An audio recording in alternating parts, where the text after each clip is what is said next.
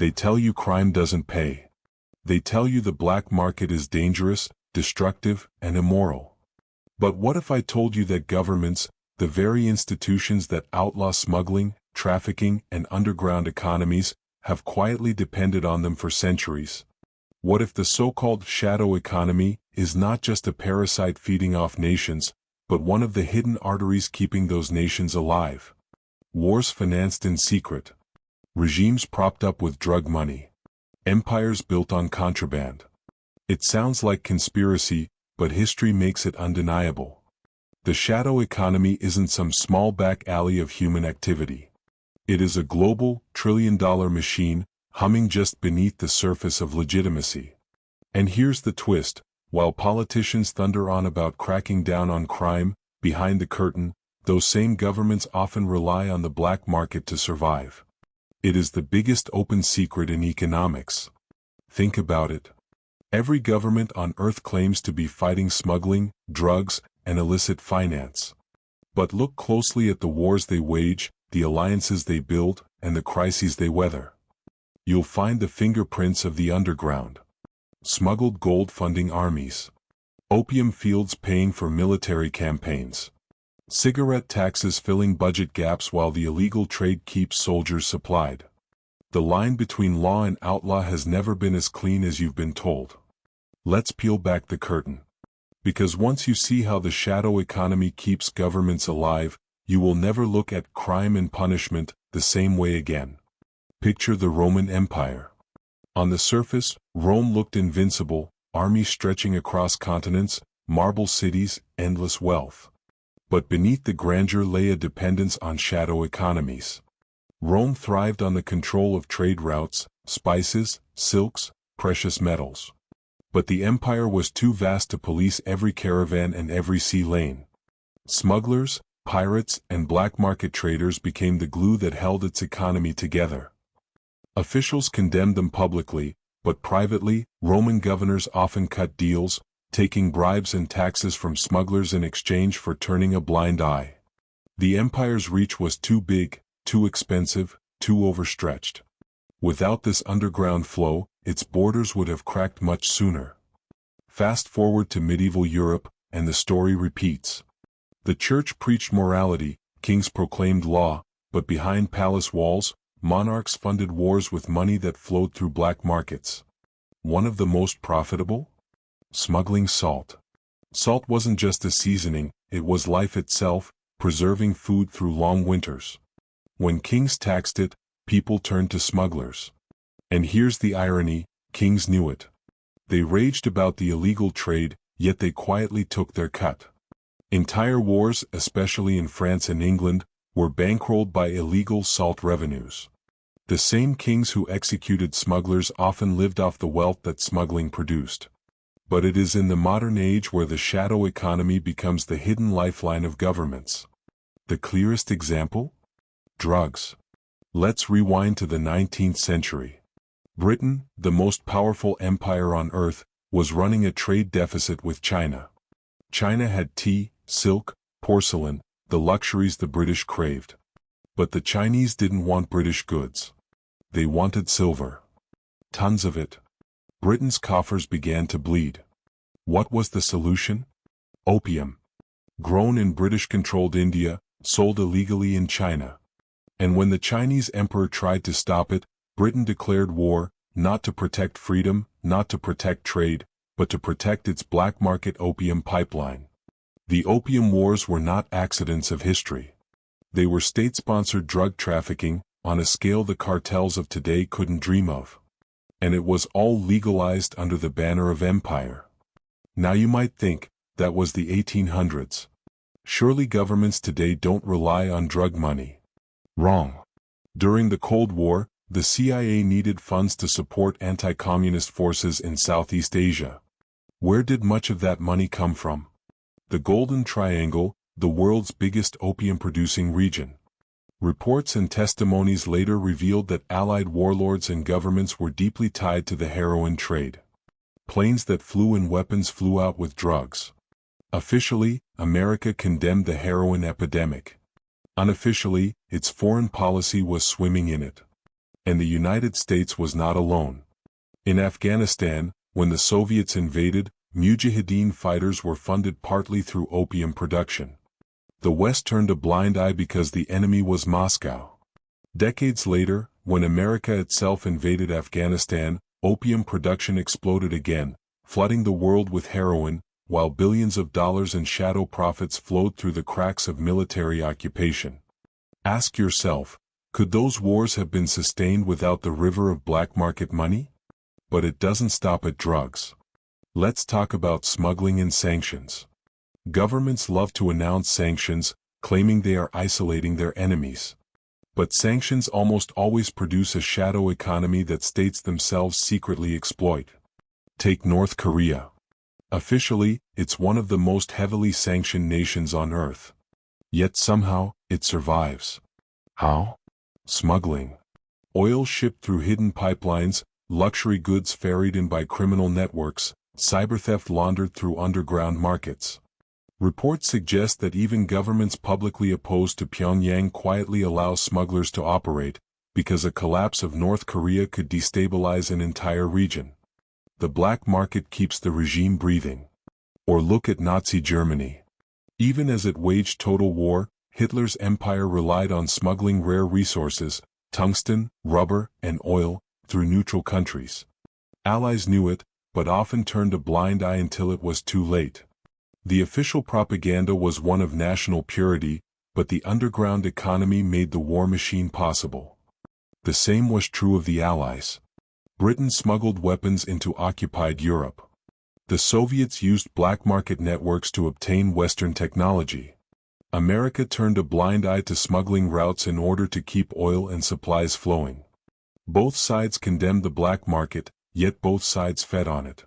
Here's the dark truth. In times of crisis, the shadow economy doesn't just exist, it becomes the bloodstream of nations. Governments scream about law and order, but when their survival is at stake, they turn to the same illicit systems they pretend to fight. Let's bring it to the present day.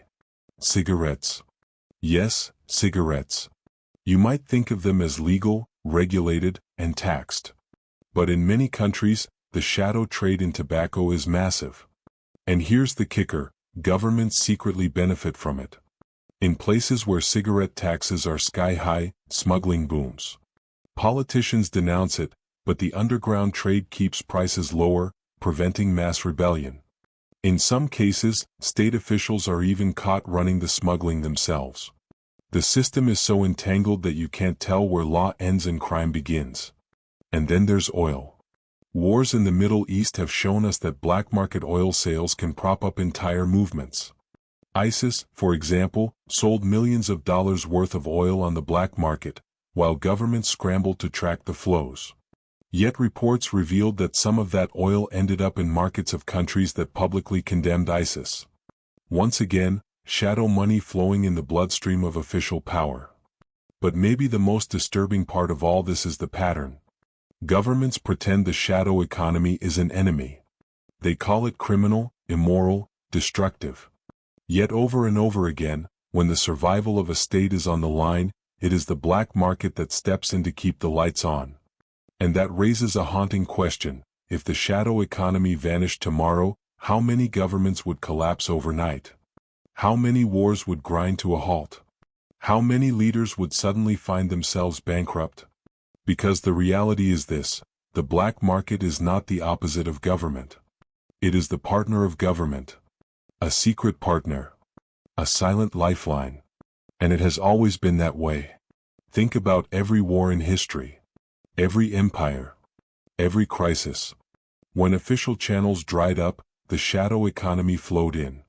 When taxes weren't enough, when treasuries emptied, when legitimacy crumbled, the underground stepped forward. And governments, whether ancient emperors, medieval kings, or modern presidents, took the deal every time. So the next time you hear a politician thunder about cracking down on drugs, smuggling, or underground finance, ask yourself, do they really want to end it? Or do they know, deep down, that their own survival depends on it? Because history whispers the same answer again and again.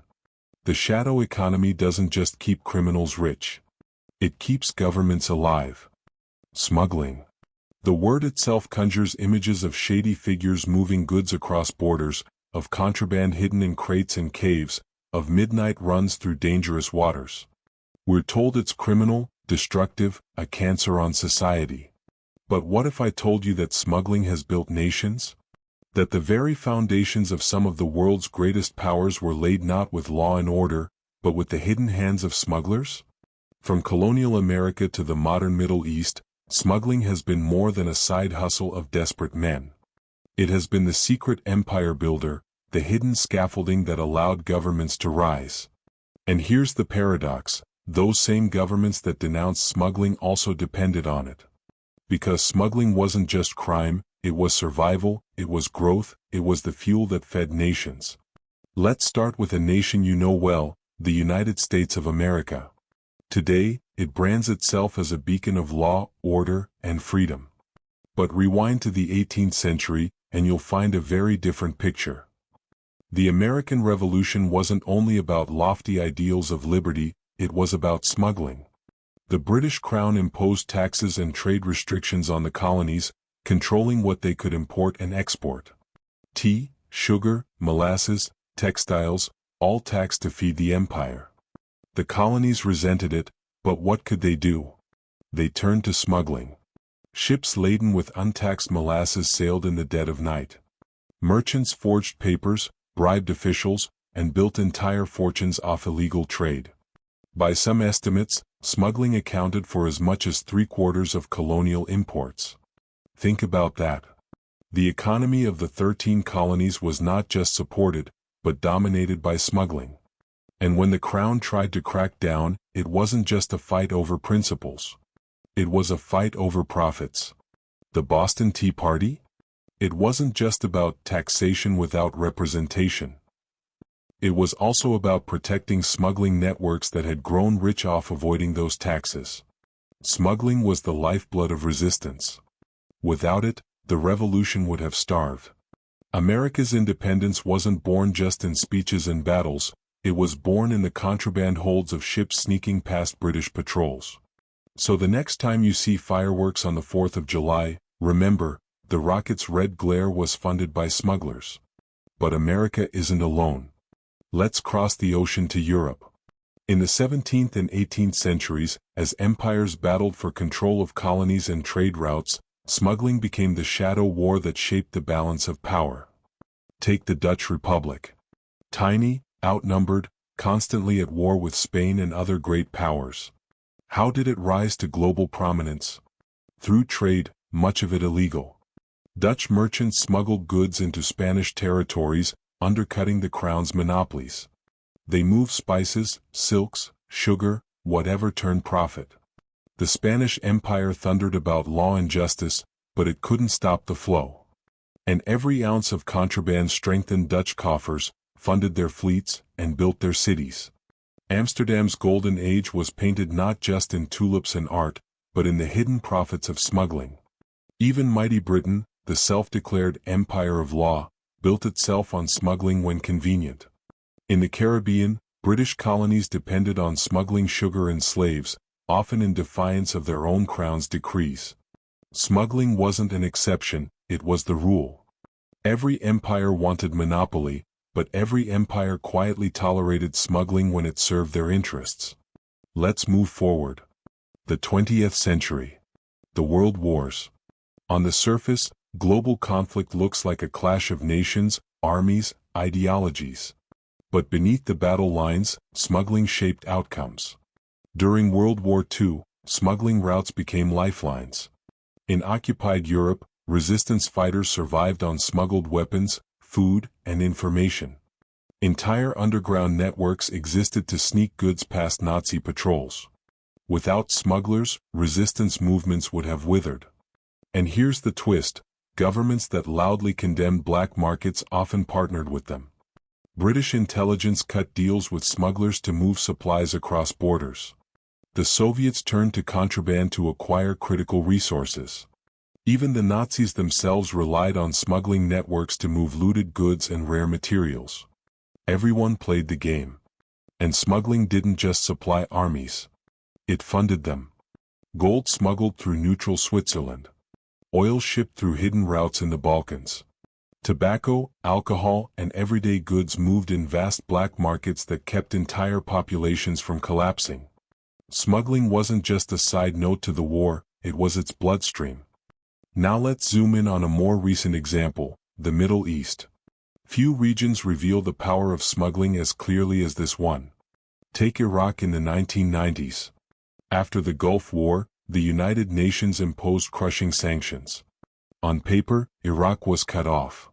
No oil exports, no international trade. Saddam Hussein's regime should have collapsed. But it didn't. Why? Smuggling. Oil was trucked through Turkey, shipped across the Gulf, piped secretly to neighbors. The black market oil trade was enormous, billions of dollars flowing every year. And here's the shocking part, governments that voted for sanctions quietly benefited from the smuggling. Some looked the other way. Some even took their cut. The official story was enforcing international law. The reality was an underground pipeline that kept Saddam in power for another decade. Or look at modern-day Syria. The civil war has shattered the country, but the regime survives partly through smuggling networks, oil, weapons, drugs. Even humanitarian aid is diverted and sold on black markets. The same trucks that carry food into the country often carry contraband out. And just like always, foreign powers denounce the smuggling publicly while quietly exploiting it when it suits their goals. But perhaps no example is more explosive than the rise of ISIS. How did a group of militants in pickup trucks become one of the richest terrorist organizations in history? Smuggling. Black market oil. Smuggling antiquities from ancient ruins.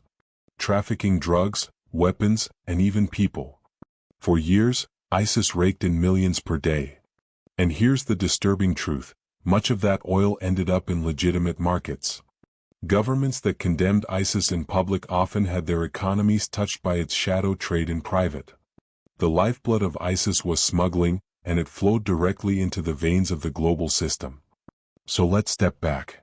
What do all these stories reveal? They reveal that smuggling is not simply crime. It is infrastructure. It is the hidden scaffolding on which nations are built, wars are fought, and regimes survive.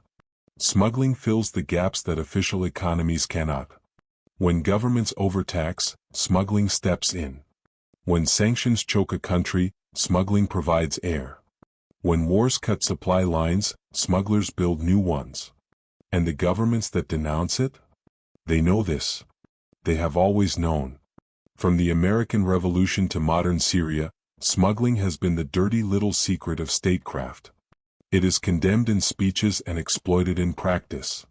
So the next time you hear about cracking down on smugglers, remember this: smuggling built America. Smuggling enriched Britain. Smuggling kept Iraq alive, empowered ISIS, and fuels conflicts around the globe. It is not just the enemy of the state, it is the twin of the state. The hidden twin, the darker twin, but a twin nonetheless. And here's the most haunting thought of all: if smuggling vanished tomorrow, how many nations would collapse? How many wars would grind to a halt? How many governments would be stripped of their secret oxygen supply? The answer is simple. More than we dare admit. Because smuggling doesn't just break laws. It makes history. They tell you drugs are the enemy. They tell you narcotics destroy communities, wreck economies, and tear families apart. Politicians swear they're fighting a war on drugs, pouring billions into law enforcement, prisons, and border patrols. But here's the truth they don't want you to see: for centuries, drugs have not only corrupted governments, they have funded them. The narcotics trade has been the secret currency of empires, the dirty money that kept regimes alive, and the unspoken foundation of wars. Yes, drugs kill. Yes, cartels wreak havoc. But look closely, and you'll see governments dipping their hands into the very same poison they condemn. Drugs aren't just an enemy, they're a hidden partner. Let's start with the biggest drug empire in history. No, not Pablo Escobar. Bigger. Not El Chapo. Bigger. I'm talking about the British Empire. By the early 1800s, Britain was bleeding silver. China controlled the world's most valuable goods, tea, silk, porcelain. Europeans craved them. But China didn't want Britain's goods. They wanted payment in silver, draining British wealth at alarming speed. Britain needed a solution. They found it in opium. Opium, grown in British-controlled India, smuggled into China. The trade was illegal under Chinese law, but British merchants, backed by their government, pushed it anyway. Addiction spread like wildfire. Millions of Chinese citizens enslaved to the drug. The emperor fought back, seizing opium shipments, burning warehouses. Britain's response? War. The Opium Wars were not about freedom, trade, or civilization. They were state-sponsored drug trafficking, enforced with gunboats. Britain bombarded Chinese ports, demanded compensation, and forced open markets. The profits were staggering. The empire's coffers swelled. India's plantations thrived. London's merchants grew rich. And millions of Chinese lives were shattered. That is the true face of drug empires, governments acting as cartels. And make no mistake, the Opium Wars were not ancient history. Their legacy still shapes geopolitics today. But Britain wasn't alone. Other powers learned the same lesson. Drugs make money. Drugs buy loyalty. Drugs fund wars. Fast forward to the 20th century. The Cold War. A global chess match where every piece mattered, and money was always short. How did governments fund their shadow wars? Drugs. Take Southeast Asia. The Golden Triangle, the borderlands of Laos, Myanmar, and Thailand, became the heroin capital of the world. And it wasn't just warlords and bandits. The CIA itself was implicated in supporting opium networks. Planes flew weapons in, drugs out. Local allies, anti-communist militias, funded their fight through poppy fields. Officially, America was fighting drugs at home. Unofficially, its foreign policy was drenched in heroin. Or look at Afghanistan. When the Soviets invaded in 1979, the Mujahideen needed money. Where did it come from? Opium. Poppy fields flourished. Traffickers moved product across borders. And the West looked the other way, because the enemy was Moscow. Drugs became bullets. Heroin became rocket launchers. Addiction in the West was the price of victory abroad. But the story doesn't end there.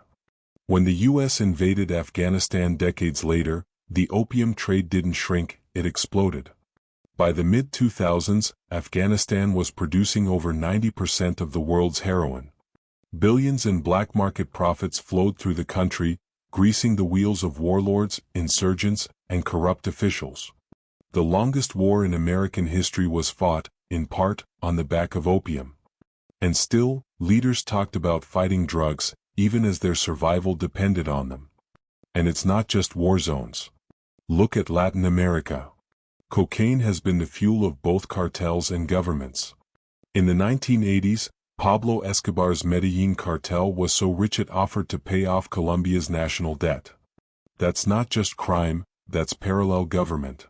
And while the U.S. declared its war on drugs, scandals like Iran-Contra revealed American officials secretly funneled drug money to fund rebels in Nicaragua. The same cocaine flooding U.S. streets was financing Washington's foreign policy. Think about that. Young Americans were being locked up for a gram of crack cocaine, while their own government was indirectly swimming in cartel cash. The hypocrisy wasn't just staggering, it was systematic. Even today, the ties between governments and narcotics haven't gone away. In Mexico, entire regions are effectively run by cartels, but those cartels survive through their deals with politicians and military officials.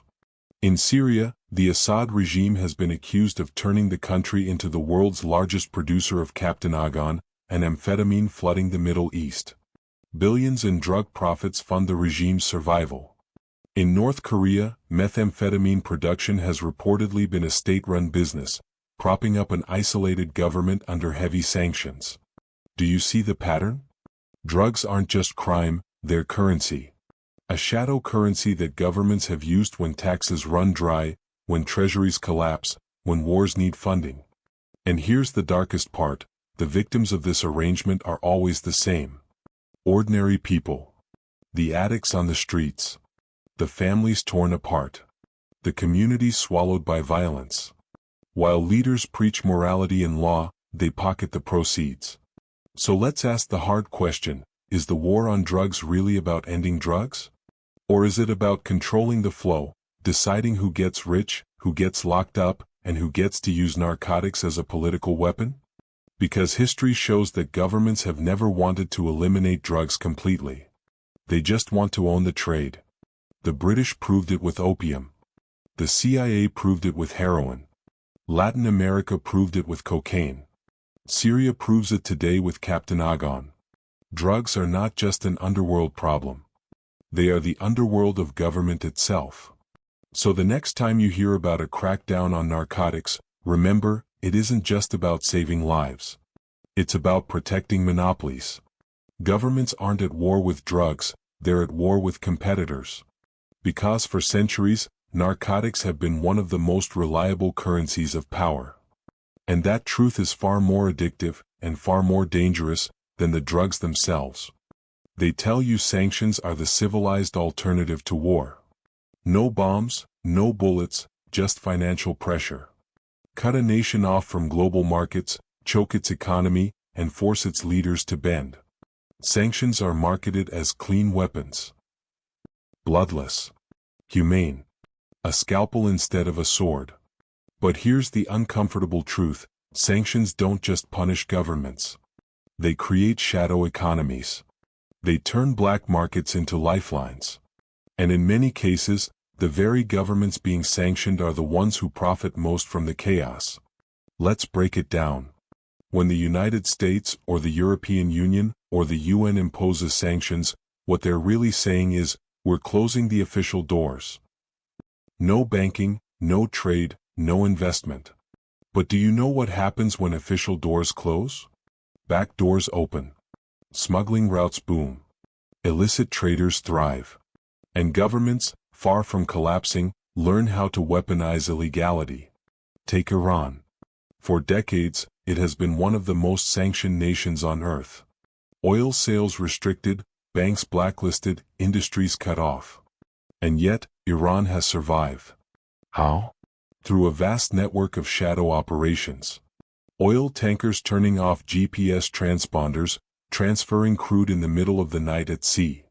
Shell companies laundering money through Dubai, Turkey, Malaysia. Gold smuggled by the ton to bypass the dollar. And here's the kicker, many of those smuggling operations are controlled not by private criminals, but by the Iranian state itself, the Revolutionary Guard. Sanctions didn't destroy Iran. They enriched the people with guns and power inside the regime. The black market became the government's piggy bank. And Iran is not alone. Let's look at Saddam Hussein's Iraq in the 1990s. After the Gulf War, the UN imposed crushing sanctions. Food and medicine were in short supply. Civilians suffered. But Saddam? He played the system. Enter the Oil for Food program, a humanitarian loophole meant to allow basic necessities in exchange for limited oil sales. Sounds reasonable, right? In practice, it became one of the largest corruption rackets in modern history. Billions skimmed off the top. Kickbacks paid to foreign officials. Contracts inflated and diverted. Saddam and his inner circle lived comfortably while ordinary Iraqis starved. Sanctions didn't just fail, they institutionalized corruption. They turned necessity into profit. And the same cycle repeats itself again and again. North Korea. The most isolated nation in the world. Cut off from nearly every legal market. And yet, the regime still funds its nuclear program. How? Smuggling coal to China. Selling weapons to Africa. Running state-controlled meth labs. Counterfeiting US $100 bills so well they're nicknamed super notes. Pyongyang has turned sanctions into a business model. Every ban, every restriction, is simply another opportunity to profit in the shadows. Now, here's where it gets even darker. Sanctions don't just empower the sanctioned. They empower the enforcers. Governments on the outside use sanctions as smokescreens for their own shady operations. For example, while Washington cracks down on sanctioned countries, it quietly issues waivers and exceptions for allies. You'll see American oil companies getting secret permissions to operate in places they publicly condemn. You'll see European banks fined billions for laundering sanctioned money, and yet still quietly readmitted to the system. Sanctions become less about justice and more about monopoly, deciding who gets to break the rules legally, and who gets punished for doing the same thing. And let's not forget, sanctions almost never topple regimes. Cuba? Still there after 60 years. North Korea? Stronger than ever in its nuclear program. Iran? Still standing. Russia? Despite waves of sanctions after the Ukraine war, its shadow economy thrives, oil routed through India, gas shipped to China, diamonds smuggled through Africa. Sanctions hurt ordinary people. But governments? They adapt. They profit. Here's the paradox. Sanctions create the very black markets they claim to fight. They institutionalize illegality. They force entire economies underground, where accountability vanishes and corruption multiplies. And in this underground maze, governments are not the victims. They are the architects. But it doesn't stop there. Sanctions have another hidden purpose. They create smokescreens.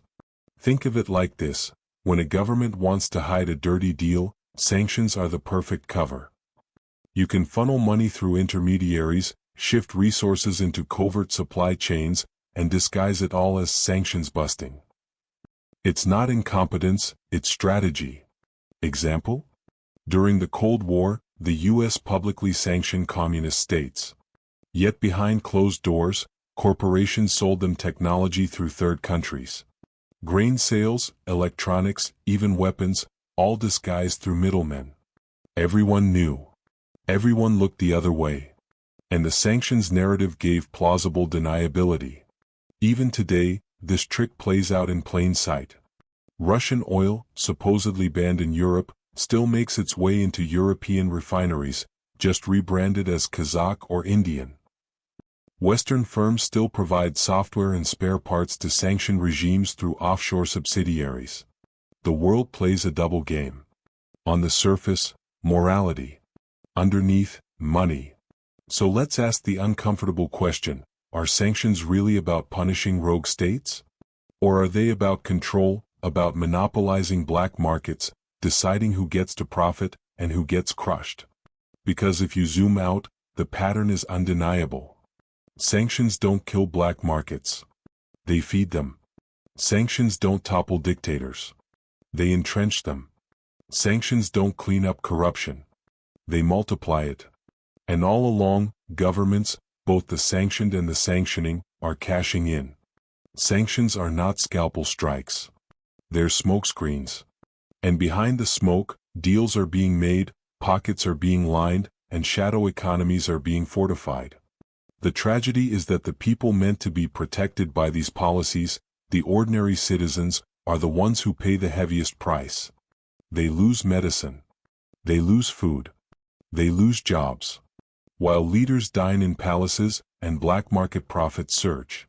So the next time you hear that sanctions are a tool for peace, remember this: sanctions are not about peace. They are about power. They are the theater of morality performed for television cameras, while behind the curtain, governments turn illegality into policy. And that makes sanctions not the end of the shadow economy, but one of its greatest engines. They say war is chaos. That it destroys order, breaks economies, and collapses nations. But here's the secret no one wants to admit: war is also business. And not just any business, the most profitable business of them all. Wars are not just fought on battlefields. They are financed, fueled, and prolonged in marketplaces. Behind every missile launched, every gun fired, every tank rolling into a city, there is money changing hands. Governments, corporations, warlords, and smugglers, they don't just survive in war. They thrive in it. Let's peel back the curtain. When you imagine war profiteering, maybe you picture the giant defense contractors, Lockheed Martin, Raytheon, BAE Systems, companies that sell fighter jets, drones, and bombs to governments. And yes, they make billions. Every conflict spikes their stock prices. Every escalation means more contracts. They lobby for war, they shape policy, they sit in boardrooms while soldiers bleed on the ground. That's the obvious layer. But the shadow economy of war runs deeper. Beneath the official contracts lies a murkier world, the black market of weapons. The secret deals. The untraceable trades. The arms that move without flags, without paperwork, without accountability. Think of Africa's endless conflicts. Civil wars in Liberia, Sierra Leone, Congo. Officially, arms embargoes were in place. The UN said no weapons in, no weapons out. But the reality? Cargo planes landing in the middle of the night, filled with AK-47s, RPGs, and ammunition. Paid for not in cash, but in diamonds. Blood diamonds. Stones ripped from the earth by child laborers, smuggled through warlords, and exchanged for guns.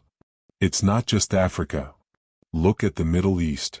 For decades, U.S. weapons given to allies, Saudi Arabia, Iraq, Afghanistan, have somehow ended up in the hands of militias and terrorist groups. ISIS fighters holding American M4 rifles. Taliban units driving U.S. Humvees. Weapons meant for stability turning into instruments of chaos. How? Because once weapons enter the marketplace of war, control evaporates. Black markets swallow them whole. And here's where it gets ugly, governments know this. They condemn it in speeches. They pretend to crack down. But behind the scenes, they exploit it. During the Iran-Contra scandal in the 1980s, the U.S. secretly sold weapons to Iran, an enemy state under sanctions, and funneled the profits to fund right-wing militias in Nicaragua. Illegal on every level. And yet it happened. Why? Because the shadow economy of war allows governments to bypass the rules they themselves created. The Soviet Union did the same. For decades, Moscow armed communist insurgencies around the globe, not just for ideology, but for influence. Kalashnikov rifles, tanks, training camps, paid for by proxy states, smuggled across continents. And when the Soviet Union collapsed, those weapons didn't disappear. They flooded the black market. Suddenly, militias, gangs, and cartels had access to military-grade firepower. A Cold War arsenal repurposed for global chaos. But it's not just about weapons. War itself creates entire shadow industries. Smuggling fuel. Trafficking people. Selling looted antiquities. Every bomb that falls opens new opportunities for those willing to exploit desperation. Take Syria. Amid the civil war, ISIS discovered that oil was more valuable than ideology. At its peak, ISIS was making millions of dollars a day selling crude oil, smuggled across borders, laundered through middlemen, and even bought by the very governments fighting them. Think about that. Nations bombing ISIS on one hand, buying their oil on the other. War as a market transaction. Or Afghanistan. For 20 years, the U.S. poured billions into reconstruction. But much of that money was siphoned off by corrupt officials, contractors, and warlords. Ghost schools that never opened. Roads that were never built. Soldiers who never existed but still collected pay. The shadow economy fed off the war like a parasite, draining resources while ordinary Afghans struggled to survive. Now let's zoom out.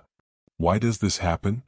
Why does war create black markets instead of ending them?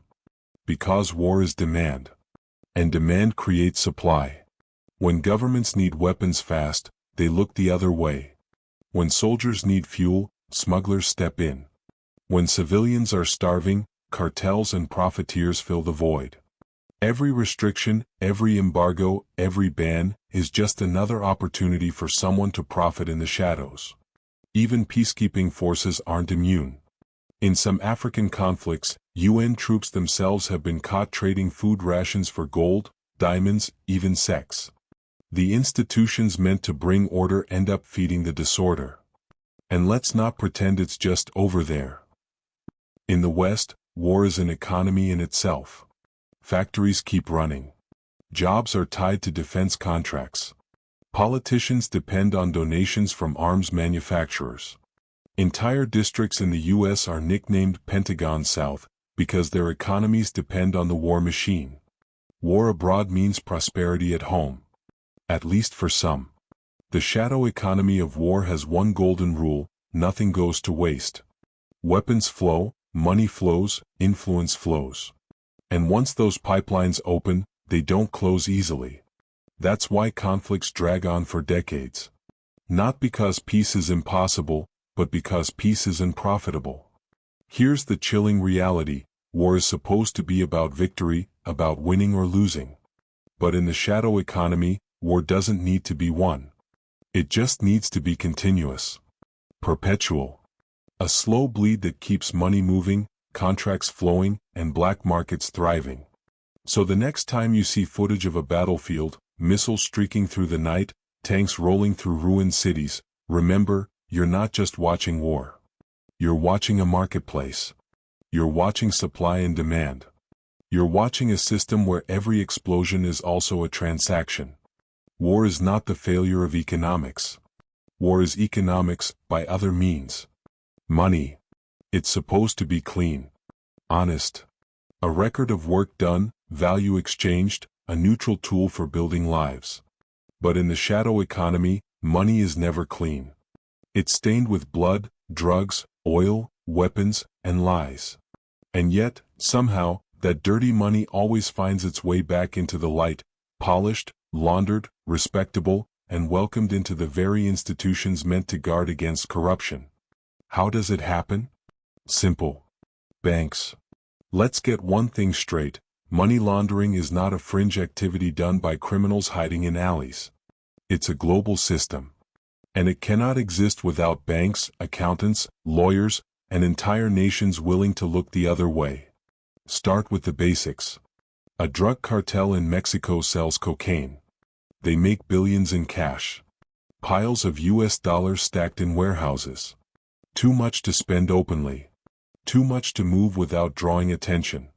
If they try to buy houses, cars, businesses directly, alarms go off. So what do? They launder it. They clean it. The most common trick? Layering. The cartel moves its cash into shell companies. Fake import-export businesses. Paper companies that don't exist beyond a name and a post office box. The money flows through multiple layers, crossing borders, shifting currencies, bouncing between jurisdictions. By the time it reappears, it looks legitimate. It can buy skyscrapers in Miami, football clubs in Europe, or tech startups in Silicon Valley. But here's the catch: none of that is possible without banks willing to process the transactions. And time after time, the world's biggest banks have been caught doing exactly that. HSBC, one of the largest banks on earth, was fined billions for allowing Mexican cartels to launder money through their branches. Wachovia, before being absorbed by Wells Fargo, admitted to laundering hundreds of billions from South American drug traffickers.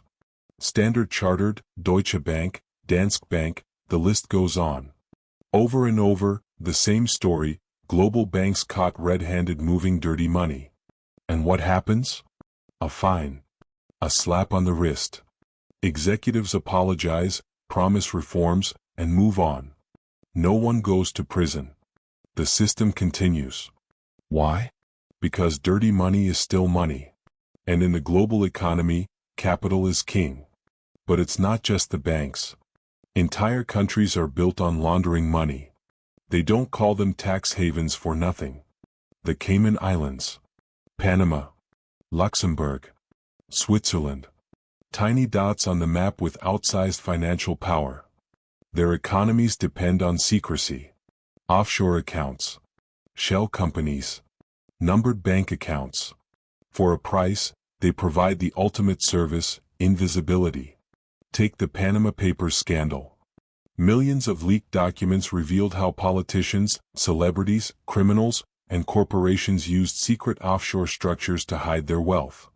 From African dictators to Hollywood actors, from Russian oligarchs to Middle Eastern royals, the system was the same. Money earned in the shadows, hidden offshore, shielded from taxes, accountability, and the public eye. But let's be clear, this is not just about criminals. This is about governments. Because while they pretend to fight money laundering, many governments actually depend on it. London, for example, is not just a city. It's one of the biggest laundromats on earth. Billions in dirty money flow through London real estate, shell companies registered in the British Virgin Islands, and banks scattered across the city.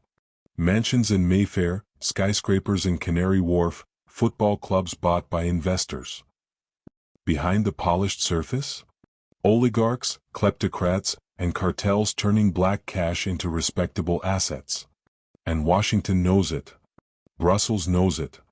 Beijing knows it. But here's the ugly truth: the global economy would collapse without dirty money.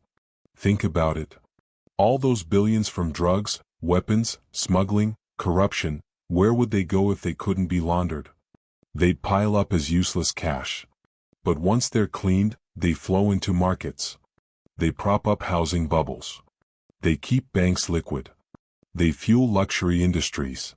Dirty money keeps the system alive.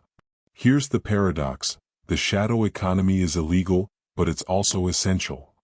Governments condemn it in public, but secretly rely on it in private. That's why enforcement is always symbolic. A bank is fined, but never dismantled. A haven is exposed, but never shut down. A dictator is sanctioned, but his assets remain safe offshore. Now let's talk about offshore havens themselves. How do they work? Imagine you're a corrupt politician. You've siphoned millions from public funds. You can't just wire that money to your personal account. Too obvious. So you set up a shell company in Panama.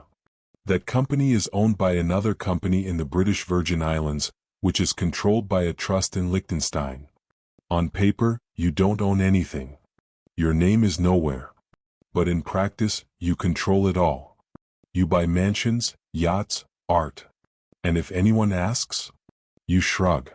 Not mine. This is how kleptocrats live like kings while their people starve. It's how drug lords dine in Michelin-star restaurants. It's how terrorists finance networks across continents. And the system protects them, because the system profits with them. Now let's go deeper. Money laundering isn't just about hiding wealth. It's about creating legitimacy. Think of it like alchemy. Turning base metals into gold. In the shadow economy, laundering turns crime into investment. A trafficker becomes a businessman. A warlord becomes a philanthropist. A dictator's son becomes a real estate developer. Dirty money buys legitimacy, and legitimacy buys power. And once power is bought, the cycle reinforces itself. Laws are written to protect havens. Regulations are watered down. Politicians are funded by the very people laundering money. It's not an accident. It's the design. Consider Delaware in the United States. A single building there is home to hundreds of thousands of shell companies. Why? Because U.S. law makes it easier to set up an anonymous company in Delaware than in many traditional havens. And yet, America claims to lead the fight against money laundering. Hypocrisy, baked into the system. So what does this mean for ordinary people? It means when your government raises taxes, it's because the wealthy hide theirs offshore. It means when housing prices skyrocket, it's because dirty money is parked in empty apartments.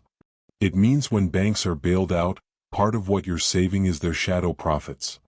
The shadow economy isn't just in the margins. It's woven into the fabric of global finance. And here's the most dangerous part: it's invisible by design. If you follow the money, you hit walls of secrecy, shell structures, legal loopholes. You're told to stop asking questions. Because if the truth were fully exposed, it wouldn't just implicate criminals.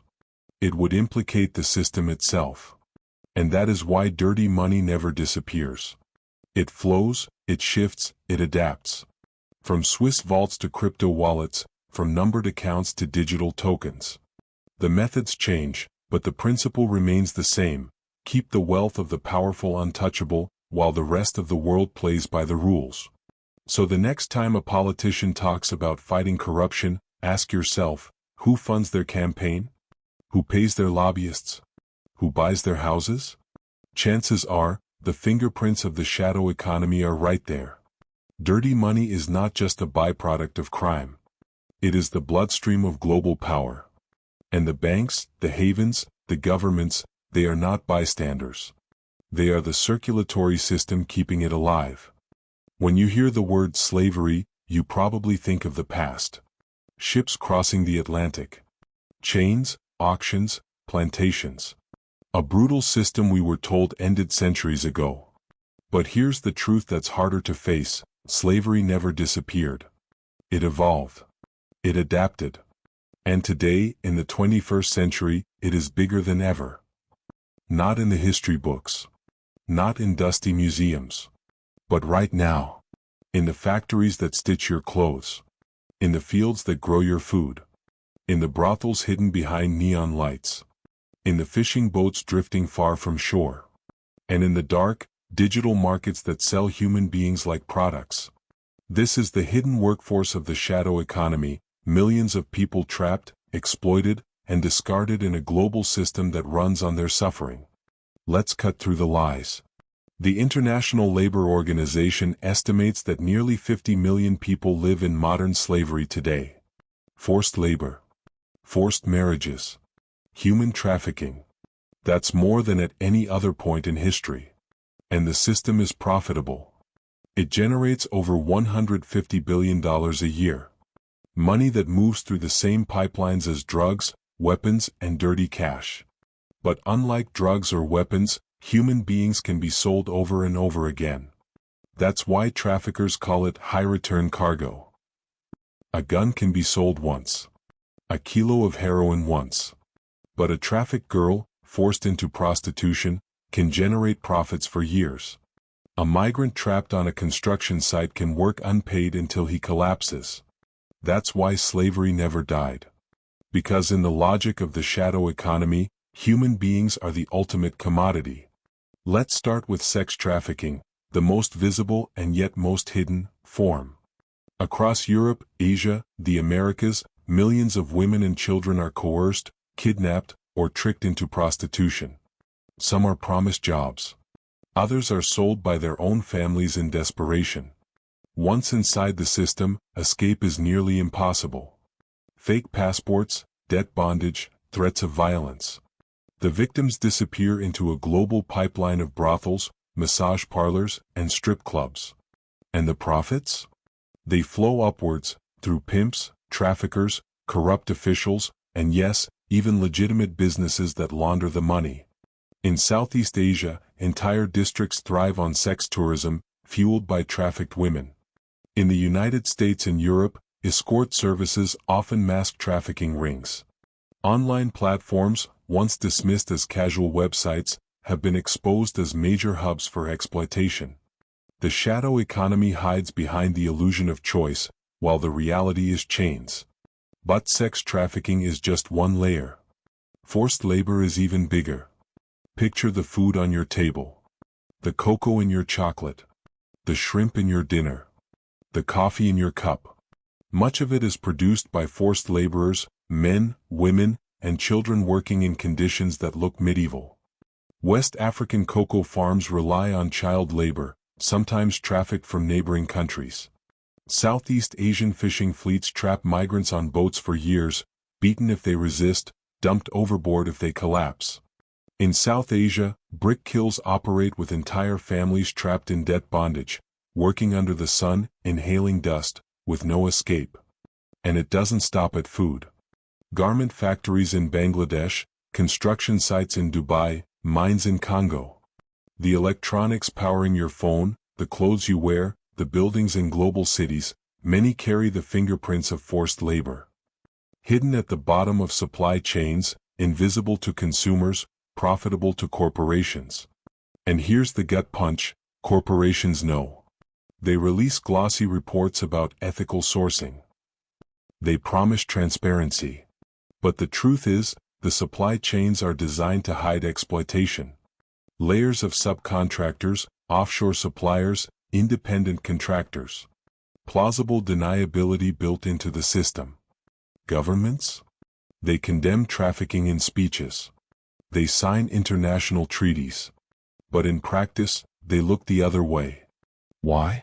Because cheap labor fuels the global economy. Because powerful industries, from agriculture to technology, depend on it. Because traffickers bribe officials, and officials take their cut. Let's talk about the routes. From Eastern Europe to Western Europe. From Africa to the Middle East. From Southeast Asia to the Americas. Human trafficking routes crisscross the globe like arteries. Victims are moved in trucks, in shipping containers, in fake tour groups. Airports, seaports, and borders that are supposedly secure are porous when money changes hands. And let's not forget the digital age.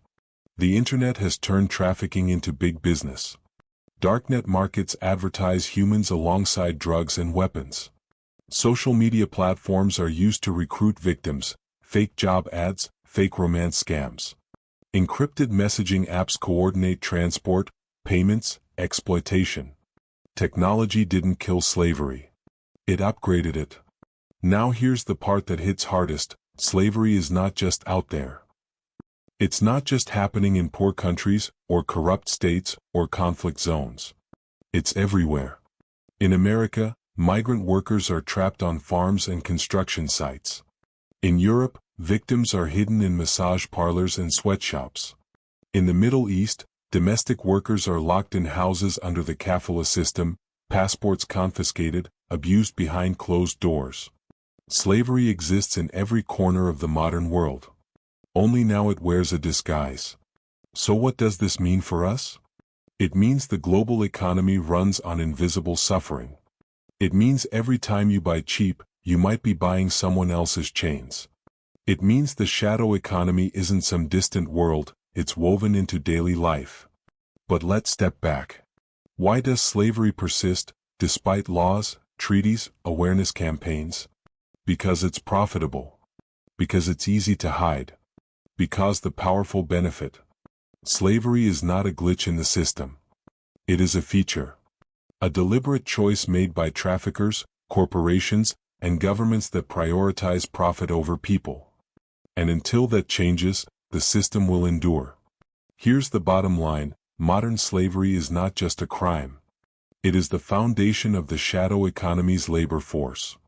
Just as drugs provide cash, just as weapons fuel war, just as laundering sustains finance, slavery provides labor. Cheap, disposable, endless labor. So the next time someone tells you slavery ended centuries ago, tell them this: slavery never ended. It just changed its face. It's hidden in supply chains, disguised in contracts, masked by technology. But it's here. It's now. And it's bigger than ever. In the old world, money had weight. Gold had to be carried. Cash had to be counted. Suitcases stuffed with bills. Banks with vaults. Launderers washing stacks through casinos or fake businesses. But today, money is weightless.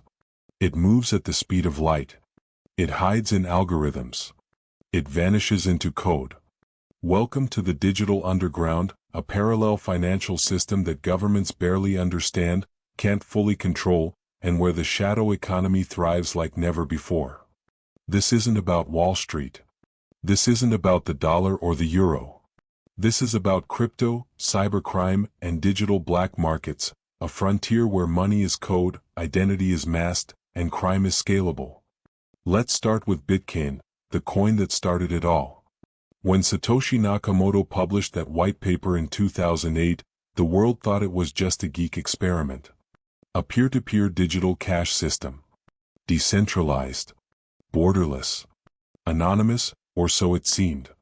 For libertarians, it was freedom from banks. For investors, it became a gold rush.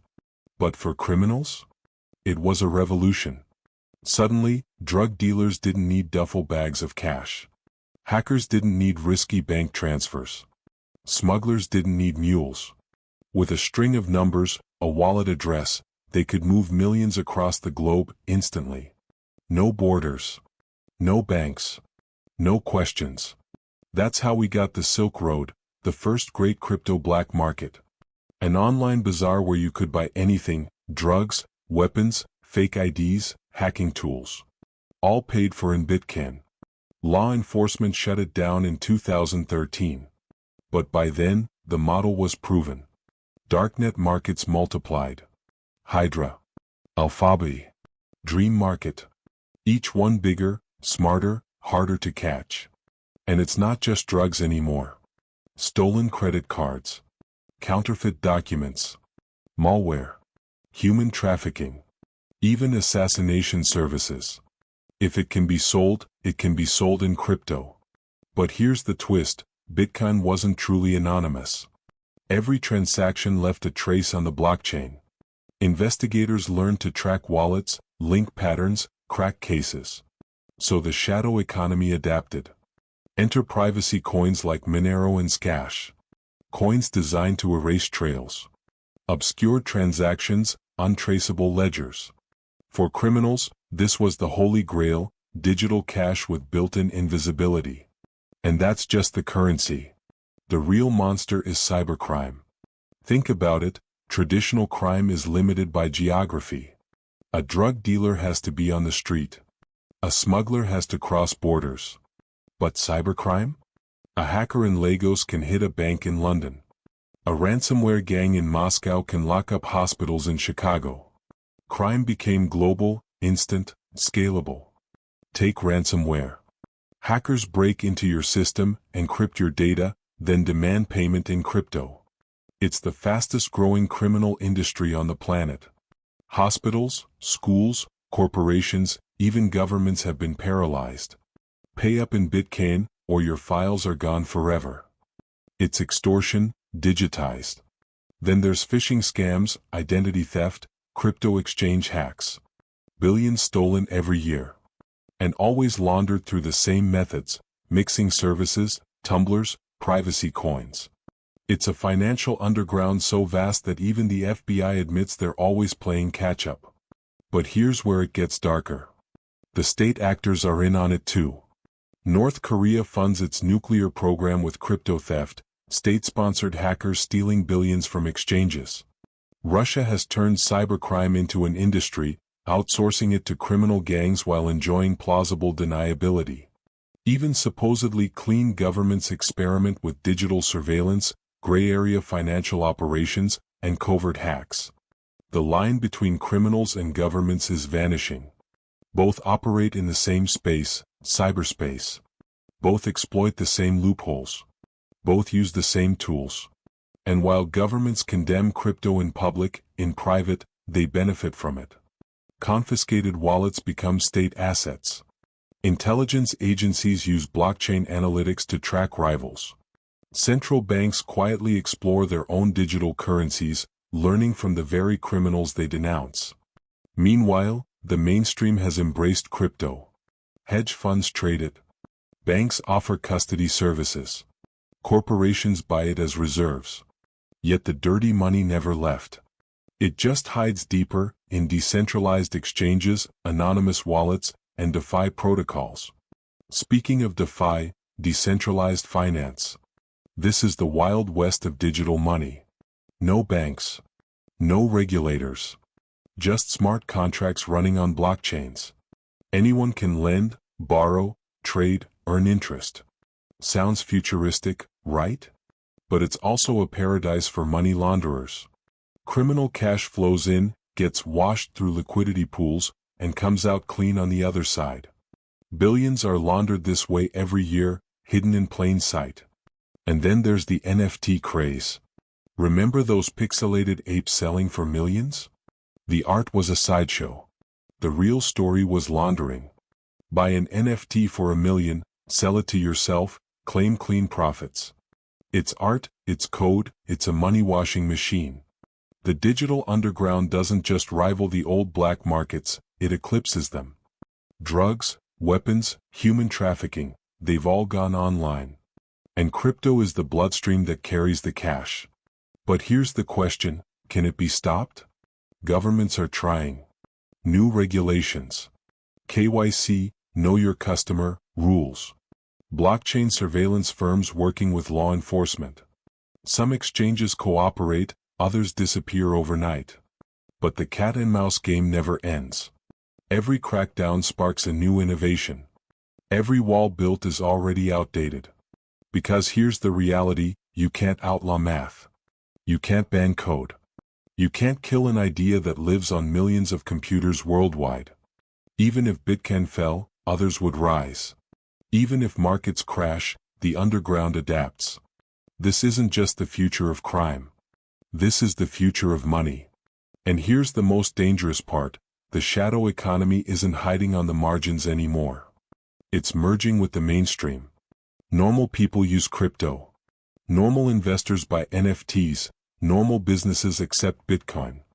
And in that overlap, the space where legal and illegal money flows side by side, the shadow economy becomes invisible.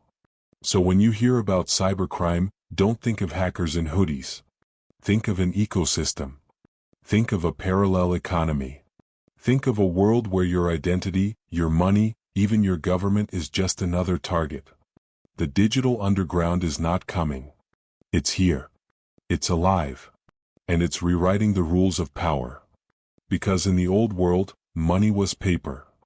In the new world, money is code. And whoever controls the code, controls the future. Governments always act like they're in control.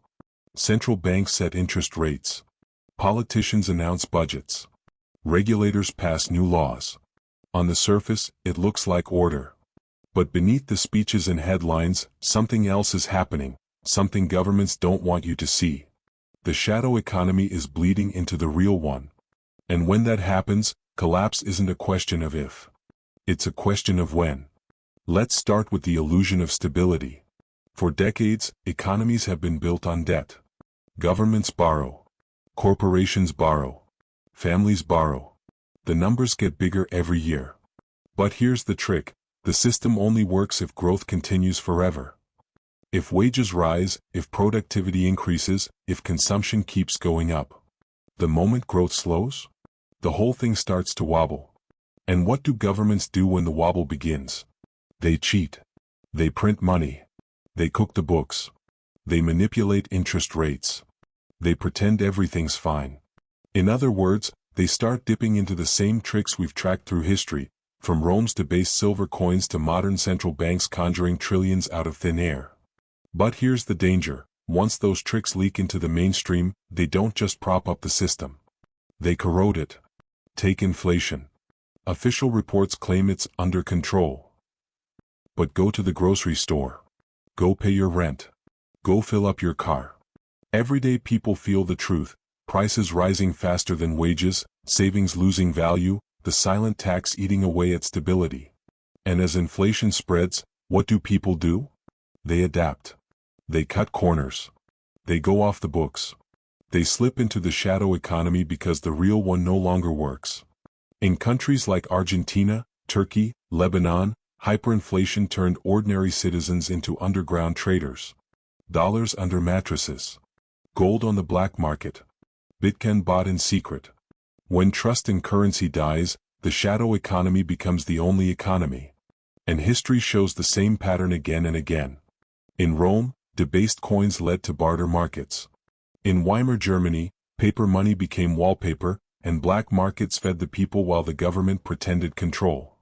In modern Venezuela, families survive not through official wages but through smuggling, bribery, and crypto. Collapse is never instant. It's a slow-motion disaster. First, the numbers stop making sense.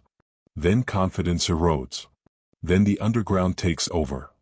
And by the time governments admit it, the people already know the system is broken. But it's not just inflation. It's debt. Global debt today is higher than at any point in human history. Trillions owed that can never be repaid honestly. Nations borrowing to cover interest payments.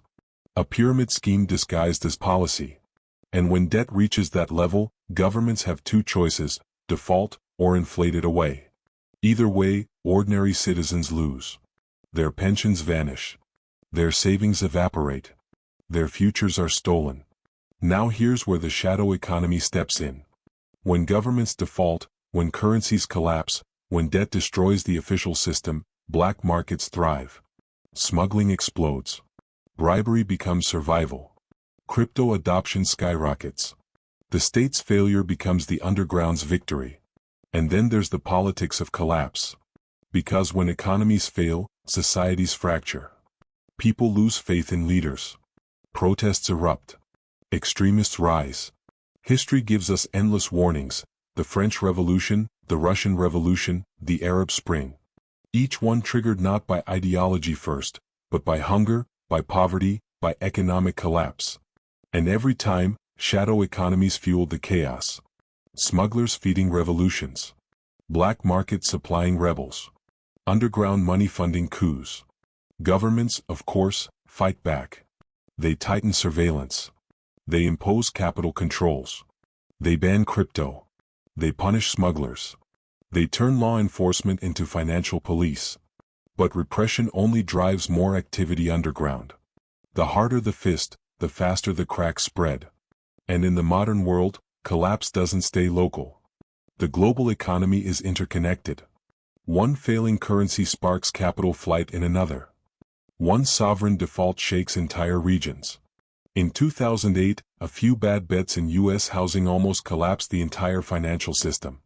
Today, with trillions more debt and digital markets moving money in seconds, a spark could set the whole global structure on fire. And when it does, the shadow economy will be waiting. Already, we see governments quietly depending on it. Sanctioned states survive by smuggling oil. Authoritarian regimes launder money through Western real estate. Even legitimate economies rely on hidden labor, undocumented workers, under-the-table jobs, gray markets that keep costs low and profits high. The truth is, the shadow economy isn't separate anymore. It's fused into the official one. And that fusion is dangerous, because it means collapse won't be clean. It won't be a single crash, a single moment. It will be a contagion, spreading from the underground into the surface, pulling both down together. Let's paint the picture. Imagine a crisis: global recession, massive inflation, supply chain breakdown. Official institutions struggle. Banks close. ATMs empty. Governments print and borrow, but trust evaporates. Citizens panic. Protests rise. In that chaos, the shadow economy grows into the only functioning system. Smugglers keep food moving. Crypto keeps money alive. Bribery keeps borders open. Black markets keep the lights on. At first, it feels like survival. But then, it becomes the norm. People stop paying taxes. Citizens trust smugglers more than leaders. The underground becomes more efficient than the state. And at that point, what is government really? A brand with no power. A shell pretending to rule, while the real economy operates elsewhere. That's the consequence of centuries of tricks. That's the cost of manipulating money, hiding debt, taxing in silence. The collapse isn't sudden. It's gradual. But once the shadow economy becomes the real one, the game is over. And here's the final twist: governments know this. That's why they're racing to create central bank digital currencies, CBDCs. Not because they love innovation. Not because they want progress. But because they're terrified of losing control. They want to trap every transaction, monitor every wallet, erase cash, and force the underground back into the shadows. But even that may not work. Because every time governments tighten control, history proves people find ways around it. The shadow economy is resilient. It outlasted empires. It survived revolutions. It thrived under dictatorships and democracies alike.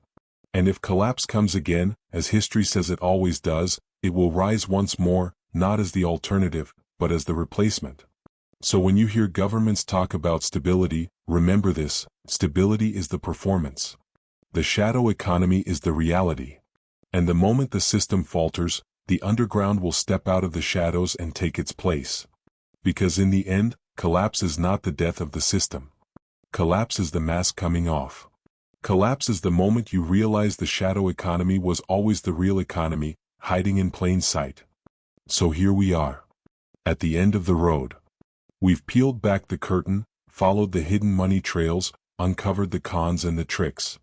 From the Roman emperors clipping silver coins, to medieval kings demanding loans, to modern governments printing trillions they don't have. From black markets in war zones, to smuggled goods across borders, to cartels that rival entire states. Every chapter points to the same truth: the shadow economy isn't a sideshow. It isn't a glitch. It's the foundation, the bloodstream, the hidden heart of power. But what does that mean for you? You wake up, you go to work, you pay your taxes. You live in the official economy, the one you're told is legitimate, honest, necessary. You're told inflation is healthy. You're told debt is normal.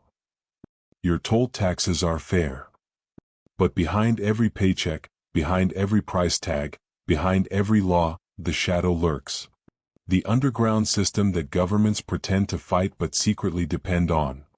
The story of the shadow economy isn't just about money. It's about control. Think about it. Why do governments fear cashless societies? Why do they push digital IDs? Why are they so obsessed with central bank digital currencies? Because control of money is control of people. And every time control slips, every time citizens find a way to trade, to save, to survive outside the system, the state panics. They call it illegal. They call it dangerous. But what they really mean is uncontrollable. The shadow economy is the space where people wrestle back that control. Sometimes it's criminal. Sometimes it's survival. Sometimes it's both. But at its core, it's resistance, the refusal to let rulers hold every key to every door. History proves this. When Rome collapsed, barter markets kept people alive.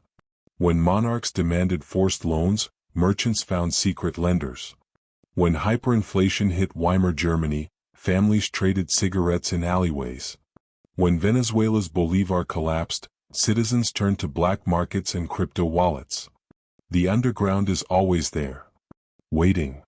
Breathing. But here's the unsettling question: what if the shadow economy isn't just a reaction anymore? What if it's become the main event? Look around. Multinational corporations move profits through tax havens, trillions hidden offshore. Politicians launder power through lobbying and backroom deals.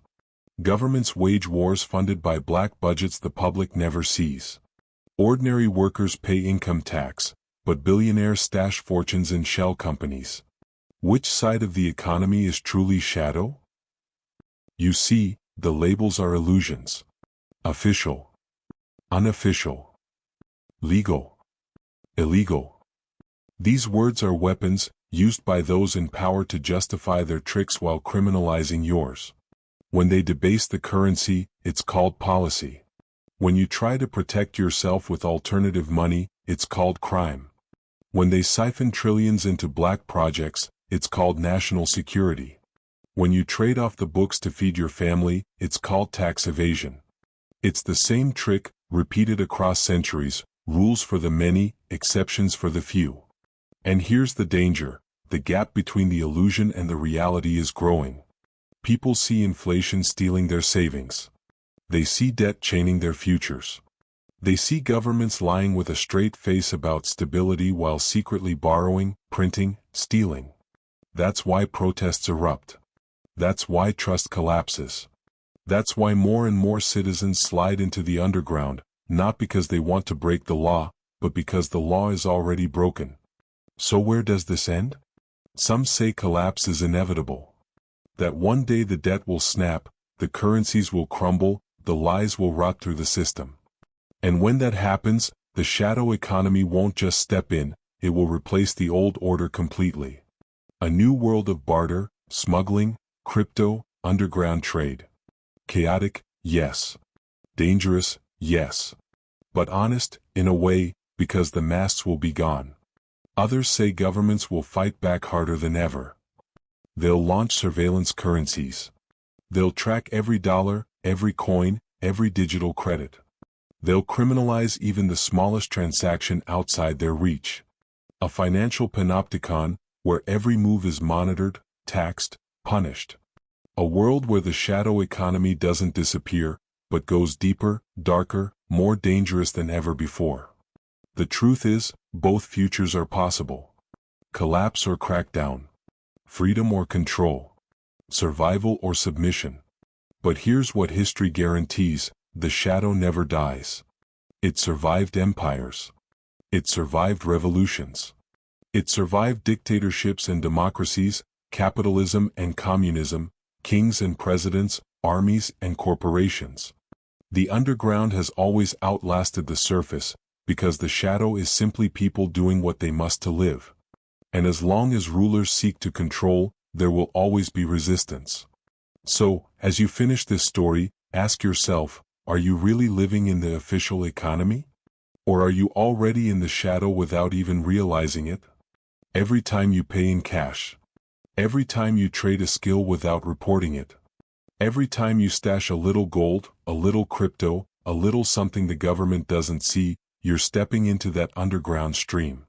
Maybe not because you want to, but because you have to. And maybe that's the real message of this story. The shadow economy isn't just out there.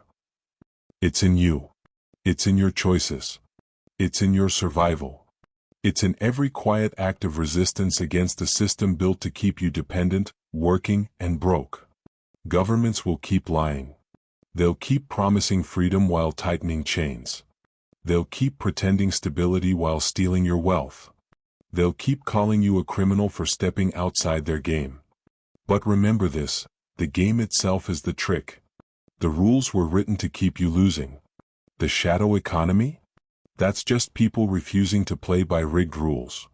So the next time you hear a politician promise prosperity, the next time you watch the markets crash while billionaires celebrate, the next time you feel your paycheck stretch thinner, your savings vanish faster, your future looks smaller, remember what we've uncovered. Remember what history screams. The shadow isn't the enemy. It's the reflection. The mirror of a system that can't survive without lies. And one day, when the collapse comes, when the curtain finally rips away, when the official story burns out, the shadow will still be there. Waiting. Growing. Breathing. Because in the end, the shadow economy is not just about money. It's about power. It's about survival. And it's about the eternal truth rulers fear most. You can't control people forever.